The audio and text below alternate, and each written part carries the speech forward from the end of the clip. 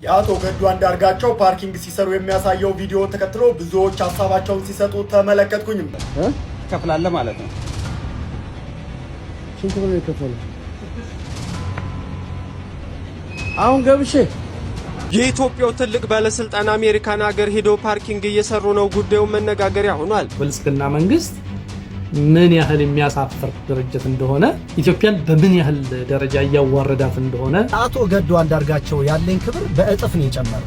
እናንተ ለሌብነት ለሀገር አስባጫው ተቆምና ገዱ አንዳርጋቸው በእውነት አልበላም። የኦሮሞን ህዝብ ልክ በአማራ ላይ ለማነሳሳት የሚደረጉ በመንግስት ደረጃ ኃላፊነት የጎደለው ነገር ነውና መታረም አለበት። ለወንበር ከመሮጥ ከአፈሙዝ ጋራ ፓርኪንግ ያበላሃል የሰላም እንጀራ። አቶ እስክንድር ነጋ የእርሶ መገደል ወይም ሞት ዜና በስፋት ሲንሸራሸሩ ስንመለከት ነበር። ባለፉት 4 ዓመታት በርካታ የግድያ ሙከራዎች አምልጫለሁ። ሰላም እንዴት ናችሁ? በሁለት መረጃዎች ተመልሼ መጣሁኝ።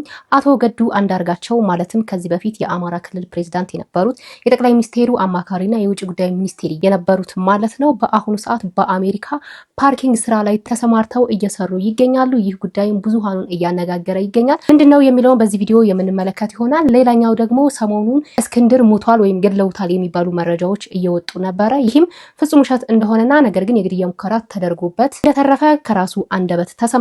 እነዚህን ቪዲዮዎች በሰፊው የምንመለከት ይሆናል። ለዚህ ቤት አዲስ ከሆናችሁ ቤቱን ሰብስክራይብ፣ ቪዲዮን ደግሞ ላይክ እና ሼር ማድረጋችሁን እንዳትረሱ። ለመሆኑ አሁን ላይ በሀገረ አሜሪካ በፓርኪንግ ስራ የሚተዳደሩት ድሮ ደግሞ ባለ ብዙ ስልጣን ባለቤት የነበሩት አቶ ገዱ አንዳርጋቸው ከስልጣናቸው በስተጀርባ ንግግራቸውስ ምን ይመስላል የሚለውን እናስቀድም።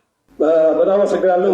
የተከበረው ምክትል አፈ ጉባኤ ብጨርስ ችግር የለው የጋራ ችግራችን ለመፍታት ነው እያቀረብኩ ያለው። ከአስቸኳይ ጊዜ አዋጁ ከታወጀበት ጊዜ ጀምሮ በአዋጁ ስነስርዓት በተግባር እንደሚታየው የተከበሩ አንድ የስነስርዓት ጥያቄ ዝማነ ስነስርዓት ጥያቄ የስነስርዓት ጥያቄ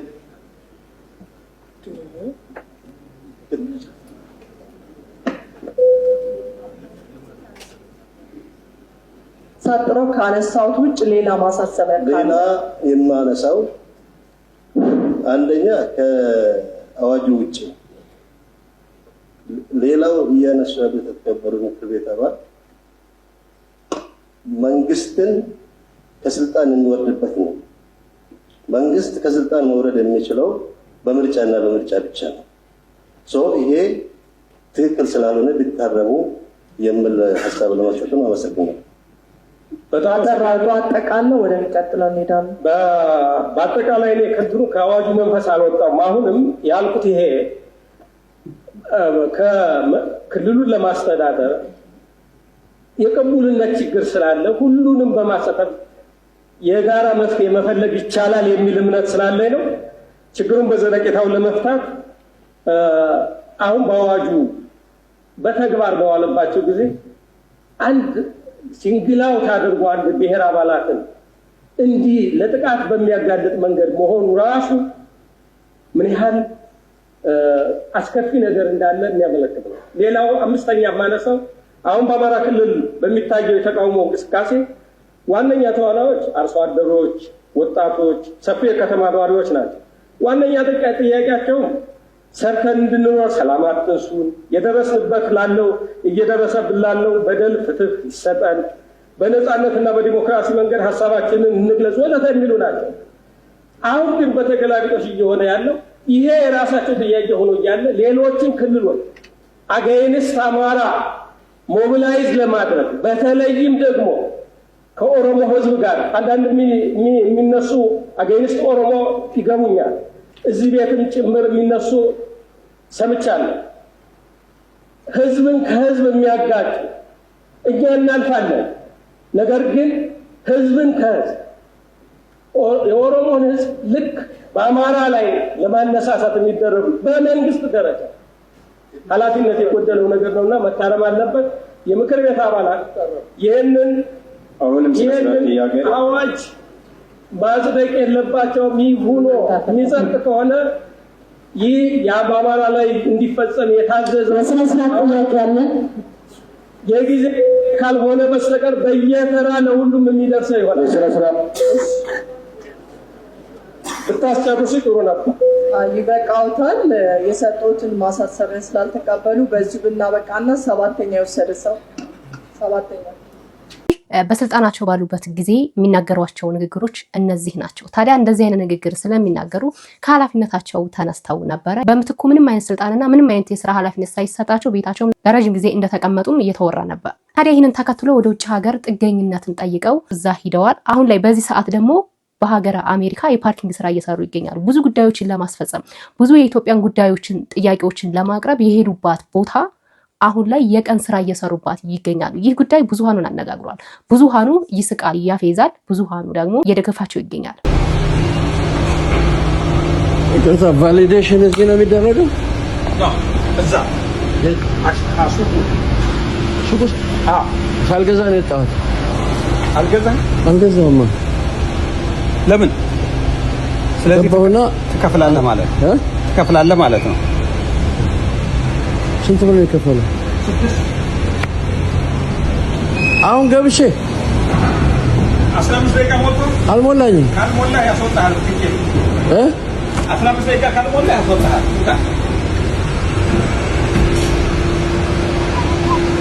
የአቶ ገዱ አንዳርጋቸው ፓርኪንግ ሲሰሩ የሚያሳየው ቪዲዮን ተከትሎ ብዙዎች ሐሳባቸውን ሲሰጡ ተመለከትኩኝ።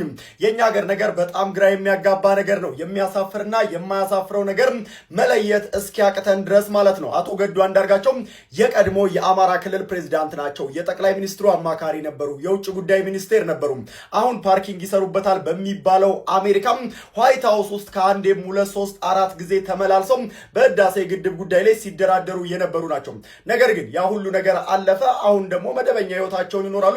መደበኛ ህይወታቸውን በሚኖሩበት ሰዓት ላይ ደግሞ ፓርኪንግም ሆነ ሁሉንም አይነት ስራ ሳይንቁ ይሰራሉ። እኛ ሀገር ግን አንድ ጊዜ በራይድ መሄድ የለመደ ሰው ተመልሶ በታክሲ መሄድ የሚከብደው የሆነ ስራ ሰርቶ ከፍ ያለ የመሰለው ነገር ግን ያ ስራ እየተንገጫገጨበትም ወርዶ ከመስራትም ራሱን ቆጥቦ በድህነት አፉን ለጉሞ የሚሞት ባለበት ላይ እንደዚህ አይነት ሰዎች ሊበረታቱና ሊመሰገኑ ይገባል። ኢሪስፔክቲቭ ኦፍ ከፖለቲካ እይታቸው ውጪ ማለት ነው። እሳቸው አሁን ከፖለቲካ ወጣ ብለው ዘና ብለው የራሳቸውን ፓርኪንግም እየሰሩ እየኖሩ ይገኛሉ። ስለዚህ ምስጋና ይገባቸዋል ለማለት ነው።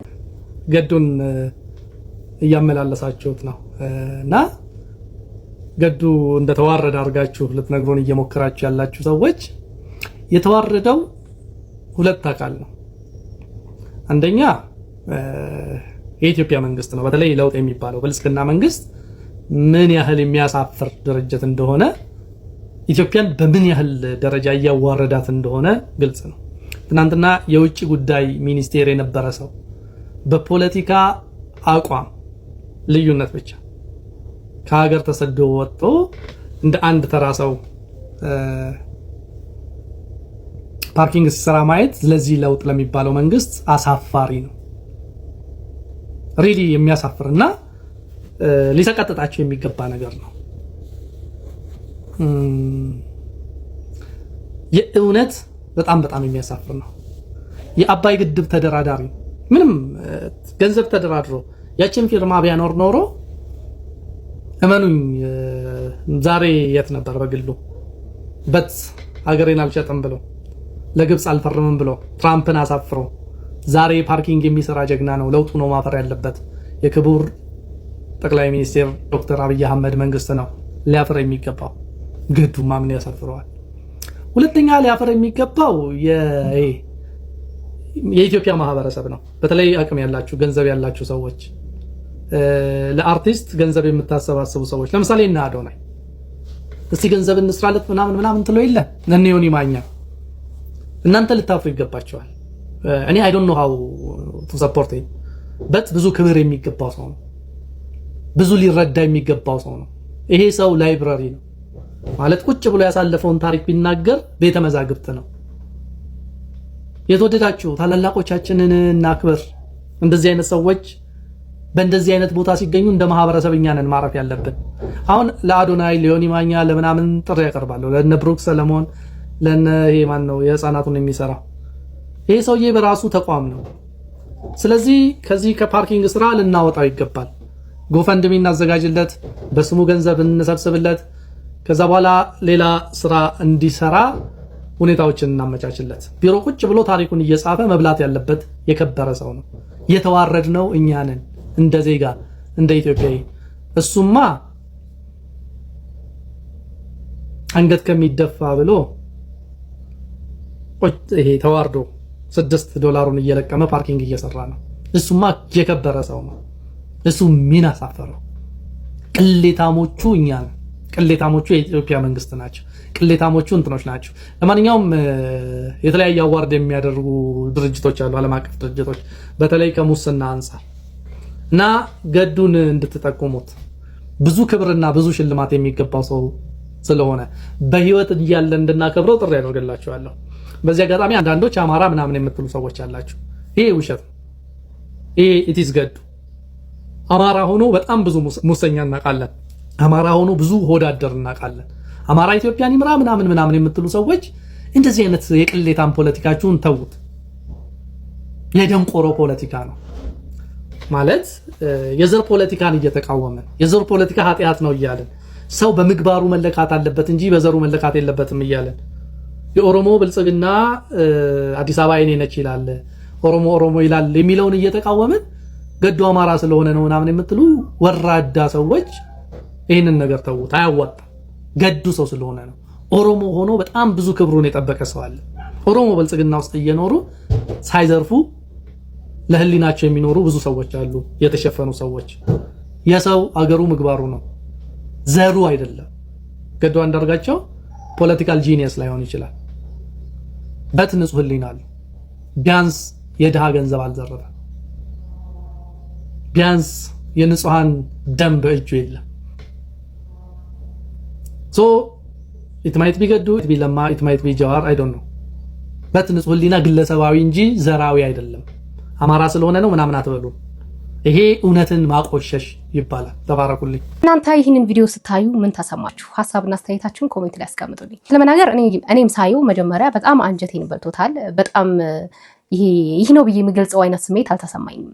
ግን ጥንካሬውን ከምንም በላይ ደግሞ የህዝብን ሀብት እንዳልበላ ታማኝነቱን ነው ያየንበት። የእውነት አሁን በነበሩት ስልጣኖች ውስጥ ብዙ ሀብቶችን ማከማቸት ይችል ነበር እንደምናየው ማለት ነው። አይደለም ይቅርና ለራሱ መኖሪያ ለሌሎች የሚተርፍ ነገር የህዝቡን ገንዘብ ማከማቸት የህዝቡን ኪስ መዝረፍ ይችል ነበር። እዚህ ጋር የሚያሳየው በጣም ኦነስት በጣም ታማኝ አገልጋይ እንደነበረ በንጹህ ልቡ ሲያገለግል እንደነበረ ነው፣ ሌባም እንዳልነበረ ነው። ስለዚህ እንደዚህ አይነትን ሰው ልናበረታታ ነው የሚገባው። ብዙ በአድ የሆኑ ኮሜንቶች አሉ፣ ቪዲዮዎችም እየሰሩ ይገኛሉ ለማሸማቀቅ፣ ሞራል ለመጉዳት ብዙ ነገሮች አሉ። ግን ዝቅ ብሎ መስራት እንደሚቻል በከፍታ ላይ ብንሆንም ስንወርድ ወርደን መስራት እንደሚቻል ያሳዩ ድንቅ አባት ናቸው። ታማኝነትን በግሃድ ያሳዩን ድንቅ አባት ናቸው። እንግዲህ ይህ ጉዳይ ለሳቸውም ጥሩ እድል ይዞ ይመጣል ብለን እናስባለን። ዮኒ ማኛ ምን አለ? እናንተ ለሌብነት ለሀገር አስባችሁ አታውቁምና ገዱ አንዳርጋቸው በእውነት አልበላም። ማዝ ነው ግን እንደነዚህ አይነት ሰገጤ ለነሱ የአማራን ስልጣን አሳልፈ ሰጠ ማውጣት ያማል። በጣም ነው የሚያም። መስፍን ፈይሳ እንኳን ባለሀብት ሆኗል። መስፍን ፈይሳ ገዱ አንዳርጋቸው ፓርኪንግ መስራቱ እንዴት ሊያስደነግጣችሁ ቻለ? እንዳንተማ ዘርፎ እንደ አዚም መስፍን $4.5 ቢሊዮን ሌባ መሆን ነበረበት። እንደናንተ በደንብ አድርጎ መዝረፍ ነበረበት። ገዱ በሐቁ ስለኖረ ነው። በሐቁ ሳይዘርፍ ስለኖረ አሜሪካ ሲመጣ እንደማንኛውም ሰው ስራ ነው የምትጀምረው። የሆነ ስራ ትጀምራለህ። ፓርኪንግ ሊሆን ይችላል፣ ጋዝ ስቴሽን፣ ሱፐርማርኬት ሊሆን ይችላል፣ ዲፍረንት ኡበር ሊሆን ይችላል። የተለያዩ ስራዎች አሉ አሜሪካ። እሱን ሊሰራ ይችላል። ስራው ሊከበርበት እንጂ ሊያሰድበው አይችልም። እንደናንተ አይነት ሌባ ዳፍንታም ግን ምን ያደርጋል? የኢትዮጵያ ከፍተኛ ባለስልጣን ሆኖ እንዴት አልዘረፈም ነው ጥያቄ። በኋላ ለእናንተ ቀኑ ይመሻል እመነኝ። የዛኔ ያ ሁላ ጉራ፣ ያ ሁላ መበጥረቅ፣ ያ ሁላ ብዙ ነገር አፈር ቀድሜ ይገባል። ገዱ አንዳርጋቸው ይባላልና አትሊስት ያ ነገር ልትኮራበት ይገባል። ገዱ ልትኮራበት የምትችለው የሚያሸማቀቅ አንድ ነገር የለም። ስለዚህ ትልቅ ሰው ነህ። እግዚአብሔር ምስክሬ ነው ማለት በጣም ነው ያደነቅኩ። እኔ ቢያንስ 1-2 ቪላ እና የሆነ 7-11 ይኖራል ብዬ አስቤ ነበር። የሚለው በጀቱ እጅ ላይ ነው ያለው። በስሱ የሆነ 2 ቪላ ምናምን ነገር ከዛ 1 7-11 የግል ነው ዱቅ ብለህ ትኖራለህ ብዬ ነበር ያሰብኩት አሜሪካን ሀገር። አለመዝረፍ ግን አይጸጽትም። አባ ትልቅ ሰው ነህ፣ አደነቁ ከማንም በላይ በቃ አልዘረፍክም። ኢትዮጵያን ሳትዘርፍ በሐቅ ብዙም ባትሰራለት ለአማራው ህዝብ ሳትዘርፍ በሐቅ ይወጣ አንተላይ ነገርኩህ እኮ ከነ ማስረጃው። የሽመልስ አብዲሳ ዘመዶች በሙሉ ሲሚንቶ ኢትዮጵያ ላይ አስመጭና ላኪ እነሱ ናቸው። ኢትዮጵያ ላይ ሲሚንቶ በሙሉ የጠቅላይ ሚኒስትር አብይ አህመድ የደህንነት አማካሪና እንዲሁም ደግሞ የአማራ ክልል ፕሬዝዳንት የነበሩ አቶ ደጉ አንዳርጋቸው በአሜሪካ የፓርኪንግ ስራን ሲሰሩ የሚያሳይ ቪዲዮ ወጥቷል። በነገራችሁ ላይ እንደ ሀገር ቆመን አጨብጭበን ልናመሰግናቸው ይገባል። ባሉበት ዘመን የገቡበትን ቃል ኪዳን ለገቡበት ሀገር፣ ህዝብ፣ ወገን በታማኝነት እንዳገለገሉ ትልቅ ማሳያ ናቸው ማለት ነው።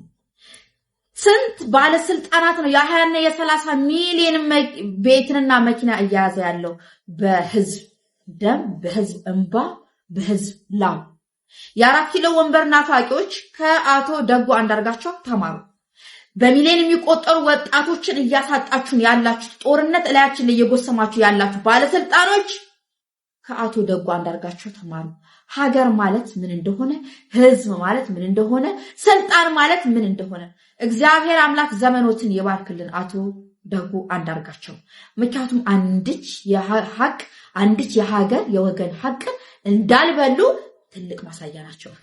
ዛሬ ስማችሁን አስተካክላችሁ የማጽፉ በተለያየ ስልጣን ውስጥ ተቀምጣችሁ የሀገርና የህዝብን ሀብት በዝብዛችሁ የምትበሉ ሀገራችሁ ላይ ጦርነትን የምትሰብቁ የ4 ኪሎ ናፋቂዎች ከዚህ ተማሩ። ጀግና ነው ደጉ አንዳርጋቸው። የህሊና እረፍት አለው አቶ ደጉ አንዳርጋቸው። በዚህ ሰዓት እንደሳቸው ደስተኛ የለም። የህሊና እረፍት አላቸው። ምክንያቱም በታማኝነት ነው። አንድም ሀቅ አንድም ደም እላቸው ላይ የለም ማለት ነው። አያችሁ፣ የኢትዮጵያ ፖለቲከኞች ከአቶ ደጉ አንዳርጋቸው ተማሩ። ለራሳችሁ ጥቅም ወንበር፣ ስልጣን ብላችሁ በሚሊዮን የሚቆጠሩ ወጣቶችን በጦርነት የምትጨርሱብንን፣ ወላጆችን ያለ ጧሪ ቀባሪ የምታስቀሩ፣ ህፃናትን ያለ እናት አባት የምታስቀሩ፣ ብዙ ጀግኖችን በየበረሃው እንዲቀጠፉ ያደረጋችሁ ባለስልጣናት፣ የ4 ኪሎ ናፋቂዎች፣ ወንበር፣ ስልጣን፣ ሀብት፣ ዝና ናፋቂዎች ከአቶ ደጉ ተማሩ። ምክንያቱም እናንተ የምትኖሩበትን እድሜ ከግማሽ በላይ ኖራችኋል። የወጣቱን እድሜ አትጨርሱት። አቶ ደጉ ዘመኖት ይባረክልኝ። ለአቶ ገዱ አንዳርጋቸው ያለኝ ክብር በእጥፍ ነው የጨመረው። በእውነት እንደዚህ አይነት ስብዕና ያለው ሰው አይመስለኝም ነበር። ግን ያው እኛ በማየት ስለምንመላለስ በየውስጣችን አንዳንዳችን ጂጅ የምናደርገው አለ ለእያንዳንዱ ሰውና በጣም ነው የገረመኝ። በየአማራ ክልል ፕሬዝዳንት የነበረ፣ የኢህአዴግ ስራ አስፈጻሚ የነበረ፣ የብልጽግና ፓርቲ ስራ አስፈጻሚ የነበረ፣ የኢትዮጵያ ውጭ ጉዳይ ሚኒስተር የነበረ ሰው ያ ሁሉ ክብሩ ሲያስቸግረው ሰርቶ መብላት እንደሚቻል ያሳየ ጀግና ኢትዮጵያዊ። እኔ በጣም ነው የኮራሁበት። አሁን ከፖለቲካው ለጊዜው ዞር እንበል፣ እንደ ሰው ማሰብ እንጀምር፣ እንደ አንድ ሰው። አሁን ይሄ ሰውዬ ሊከበር ሊወደድና ሊመሰገን ነው የሚገባው። ግን የኛን የኢትዮጵያን የማህበራዊ ሚዲያ ተጠቃሚ እዩት እንዴት ድብልቅልቁ እንደወጣ በአድ በሆነ ኮሜንት። አረ የኛ እኮ በጣም ነው የምናሳፍረው፣ የምንቃወምና የምንደግፈውን አናቅም። ጥልቅ የሆነ ድንቁርና ውስጥ እኮ ነን ያለነው። ይሄ ሰውዬ በፖለቲካ አመለካከት ስለምንጠላው በሆነ ደግሞ እናንተ የምትሉት ምናምን በዚህ ብሔር ምናምን በምትሉት በዛ መንገድ ሰው እንዴት ይመዘናል? ምን አይነት ጠንካራ ስብዕና ያለው ሰው ነው። እኔ በእውነት ወላሂ እንኪና በጣም አደነኩት፣ በጣም አከበርኩት። አሁን ይሄ ሰውዬ ከዚህ በኋላ የሚያወራውን ሐሳብ እኔ እኮ እይታዬ እኮ እንደው አንደኛ እኮ ነው በእውነት ከዚህ በኋላ የሚያወራውን ሐሳብ እሰማለሁኝ እኔ። በቃ ይሄ ጠንካራ ስለንቦና ያለው ሰው ነው። በምንም ጉዳይ ላይ ቢያወራ የሚሰማበት እድል ፈጠረ። በቃ ምንም ቢል የሚሰማበት እድል ፈጠረ። ከዛ ሐሳቡን ተቀብላችሁ ልትቀበሉት ላትቀበሉት ትችላላችሁ። ግን ሰውየው ይሄ ጤነኛ በሆኑ ሰዎች፣ ጤነኛ በሆኑ ኢትዮጵያዎች ላይ ደረጃውን ከፍ አደረገ። በጣም እኔ በቃ ወይኔ ያው የኢትዮጵያዊ ስሜት አለ አይደል? እኔ መጀመሪያ ሳየው እንባዬ ምናምን መጣው ራይዘር በል ምናምን ብዬ ራሴን ጨለማ ምናምን ብዬ ራሴን ገስጬ ነው ቪዲዮውን ያየሁትና ደስ አለኝ በጣም። በቃ ይሄ መንገድ ከፈተ ታውቃለህ፣ ለብዙ ሰዎች ይሄ ትዕቢተኛ ኩፍስ ብለው ምናምን በቃ እንደዚህ ቆይቼ ምናምን ለሚሉ ሰዎች ግብአተ መሬታቸውን የሚፈጽም ታታሪ ሰው ነው። አሁን በእንደዚህ አይነት መንገድ ታታሪ ሰው ማን ነው ብለን ስንጠራ አንድ ምን ኮራበት ኢትዮጵያዊ ወንድም አለን ማለት ነው፣ አቶ ገዱ አንዳርጋቸው። እንዴ በቃ እኔ ደስ ብሎኛል በጣምና በቃ ከዚህ በላይ ምንም ባልል ይሻላል፣ ግን በጣም ነው ያከበርኩት። ለወንበር ከመሮጥ ከአፈሙዝ ጋራ ፓርኪንግ ያበልሃል የሰላም እንጀራ። ደልቶኝ የሞላ ኑሮ መኖር ባልጠላ ገንዘብ ለማግኘት ብዬ አላጣም ሰላም። እንግዲህ ብዙ ሰዎች ኢንቨስት ሊያደርጉ እንደሚችሉ እርግጠኛ ነኝ። ምክንያቱም ታማኝነትን ያሳየን ሰው ነው። ከዚህ በፊት እንደተባለው ለተለያየ ነገር እርዳታ ሲደረግ የነበረው ለተለያየ ነገር እርዳታ ሲያደርጉ የነበሩ ኦርጋናይዜሽኖች፣ ግለሰቦች፣ አሁን ያለበትን ሁኔታ ያዩ ባለሀብቶች ብሔር ሳይባል ታማኝነትን ያሳየን ባለሀብት ብዙ ንብረቶች እጁ ላይ እያሉ የህዝብ ንብረት እጁ ላይ እያለ በጣም ሚሊየንስ ከሚሊዮን አልፎ ቢሊየንስ ዶላሮች እጁ ላይ እያሉ አልፈልግም ብሎ ለህዝቡ የኖረ ትክክለኛ ማንነቱን ያሳየን ጀግና ሰው ነው። ስለዚህ ጀግናችንን ደግሞ ማበረታታት መቻል አለብንና እርግጠኛ ነኝ አሁንም የሆነ ነገር ኤክስፔክት አደርጋለሁ። ምክንያቱም እግዚአብሔር ታሪክን ሊቀይር ሲፈልግ በየት በኩል እንደሚመጣ አናውቀውም። ይሄንን ቪዲዮ ብዙዎች ለስላቅም ተጠቅመውታል። አይ ፖለቲካኛን እያልን ነበር ጉድ ሰራን ምናምን እያሉ ብዙ ተሳልቀውበታል፣ ስቀውበታል። በሱ ሞራል ላይ ለመረማመድ ብዙ ጥረት ጥረዋል። ስለዚህ ይህንን መጥፎ አጋጣሚ ብለው እነሱ ያስተላለፉትን እኛ ደግሞ ለጥሩ ልናውለው ይገባል። ይህንን የሚያደርገው እግዚአብሔር ነው። እግዚአብሔር ታሪክ ቀያሪ ነው። እግዚአብሔር ታማኝ አገልጋዮችን በጊዜው ይክሳል። መታመን ከምንም በላይ ከፍ ሊያደርግ እንደሚችልም ልናይ ይገባልና አሁንም አቅም ያላችሁ ሰዎች ይህንን ሰው በህይወት እያለ ጀግና ብለን ልናበረታታውና ከጎኑ ልንቆም ግድ ነው። እኛ ሀገር ላይ ብዙ ጊዜ አልተለመደም እንደዚህ አይነት ነገር አይደለ። ከሞተ በኋላ ይሁን ሰው ካጣነው በኋላ ነው እንትና እኮ ጎበዝ ነበር፣ እንትና ቢሆንልን ኑሮ፣ እንትና ቢቆይ ኑሮ የምንለው ካለፍን በኋላ ነው። ስለዚህ እንደተባለው በስነ ስርዓት ቤቱ ቁጭ ብሎ ያለውን ዕውቀት ያለውን ገጠመኞች ያሳለፈውን ህይወት እኛ በቪዲዮ መልክ በመስራት ሊሆን ይችላል፣ መጽሐፍ ሊሆን ይችላል፣ ኤኒ ካይንድ ማንኛውንም ስራ ሊሆን ይችላል። እሱን የሚመጥነውን ነገር ማድረግ አስፈላጊ ነው። በእርግጠኝነት ወደፊት ጥሩ ነገር እንደምንሰማ እርግጠኛ ነኝ። በሌላኛው መረጃ ስናቀና ደግሞ እስክንድር ነጋ ሙቷል ወይም ተገድሏል የሚሉ መረጃዎች በጣም በሰፊው እየተነገሩ ነበረ። እሱ ግን እኔ አልሞትኩም፣ ነገር ግን በርካታ የግድያ ሙከራዎች ተደርገውብኝ ነበር ሲል ተናግሯል። አቶ እስክንድር ነጋ ለምናቀርብለው ጥያቄዎች መልስ ለመስጠት ፈቃደኛ ስለሆኑ እናመሰግናለን። ከቅርብ ጊዜ ወዲህ የእርሶ መገደል ወይም ሞት ዜና ባልተረጋገጡ የማህበራዊ መገናኛ ገጾች በስፋት ሲንሸራሸሩ ስንመለከት ነበር። በእርግጥ ስለ እርሶ ሞት ሐሰተኛ መረጃ ሲሰራጭ ለመጀመሪያ ጊዜ አይደለም። የሐሰተኛ መረጃ ስርጭቱ መነሻ ወይም ዓላማው ምን እንደሆነ የደረሱበት ነገር አለ? አሳጥረው ቢነግሩን። ከዚህን ጀምር። በዚህ ባለፉት 4 ዓመታት በርካታ የግድያ ሙከራዎች አምልጫለሁ፣ በእግዚአብሔር ፍቃድ ማለት ነው። እንግዲህ ምናልባት እነዚህ ሞተዋል ምናምን የሚሉት ያንን ታሳቢ ያደረገ ሊሆን ይችላል ብዬ አስባለሁ። በነገራችን ላይ እነዚህ የግድያ ሙከራዎች ከአየሩም ከምድርም በተጨባጭ የተያያዙ የምናውቃቸውም አሉ። በተጨባጭ የምናውቃቸው ግን ከአየሩ በድሮን ከምድርም እንደዚሁ ሰዎች ተንቀሳቅሰው እንደዚሁ ግድያ ለመፈጸም ሞክረው ነበር እና ምናልባት ከዛ ጋር በተያያዘ ሊሆን ይችላል ብዬ አስባለሁ። ኢላማ የተደረጉት በመንግስት የጸጥታ ኃይሎች ብቻ ወይስ ሌሎች ታጣቂዎችም ጭምር ነበሩበት? አገዛዙ ግልጽ ስለሆነ፣ ሌላውን ግን ለጊዜው አስተያየት ባልሰጥበት ይሻለኛል እንላለን። ይታወቃል፣ በደንብ ዶክመንት የሆነ ነገር ስለሆነ። ያው በአባልነት መሳተፍ አንድ ነገር ነው። በንቅናቄ ውስጥ ሚናው ምንድን ነው? ተራ አባል ሆኜ ተንቀሳቀስኩኝ። ከፋኖም ከአማራ ውጭ የሆኑ ረጃጅም እጆች ገብተውበት ነበር እና እነዚያ ነገሮች ተደማምረው የሀሳብ ልዩነቱ እንዳልኩት ጎጠኝነቱ ከፋኖም ከአማራም ውጭ የሆኑ ረጃጅም እጆች ተደማምረው እኔ በአመራርነት ልቀጥል የማልችልበት ሁኔታ ነው የፈጠሩት። አቶ እስክንድር ረጃጅም ያሏቸውን እጆች ሊያነሱልን ይችላሉ? እነማን እንደሆኑ? ለጊዜው ልለፈው። ይህንም ጊዜው ቦታው ስላልሆነ ጊዜውም ስላልሆነ ልለፈው። እንግዲህ እነዚህ አካሉኝ እርስዎ በአባልነት የታቀፉበት አፋብን ከሌሎች በኢትዮጵያ ውስጥ ካሉ አማጽያን ጋር ጥምረት መፍጠሩን ሰምተናል። ይህንን የተፈጠረውን ጥምረት እንዴት አገኙት? የንቅናቄው አባል ስለሆንም ጭምር ሂደቱን ያውቁታል ብዬ ነው ይህንም ጥያቄ ማነሳለሁት። ጉዳዩ በብዙ ስላነጋገረም ጭምር ነው የምጠይቆት። እንዴት አገኙት? የድርጅቱ አቋም ወደ ማዕከላዊ ኮሚቴ መውሰድ አለበት። እንደ ጉዳዩ ደግሞ ክብደት በጣም ከበድ ያለ በአባላት ቀጥተኛ ተሳትፎ ማጸደቅ ይጠበቅበታል። የጽምዶ ኃይሎች ጋር ሊደረግ የታሰበው ጥምረት ደግሞ የአባላትን ቀጥተኛ ተሳትፎና ውሳኔ ሰጭነት የሚጠይቅ ነው። ደም እየከፈሉበት ደም እየፈሰሰ ነው።